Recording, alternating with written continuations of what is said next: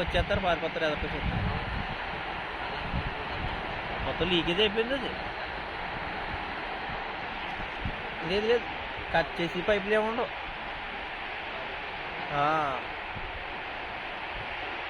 మంట బీభత్సంగా ఉంది.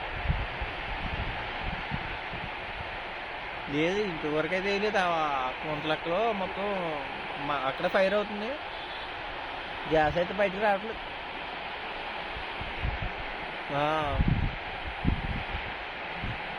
అవును,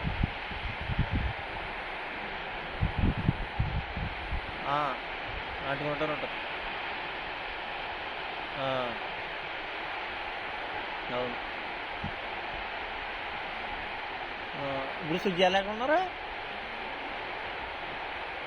బడి హై స్కూల్ కూడా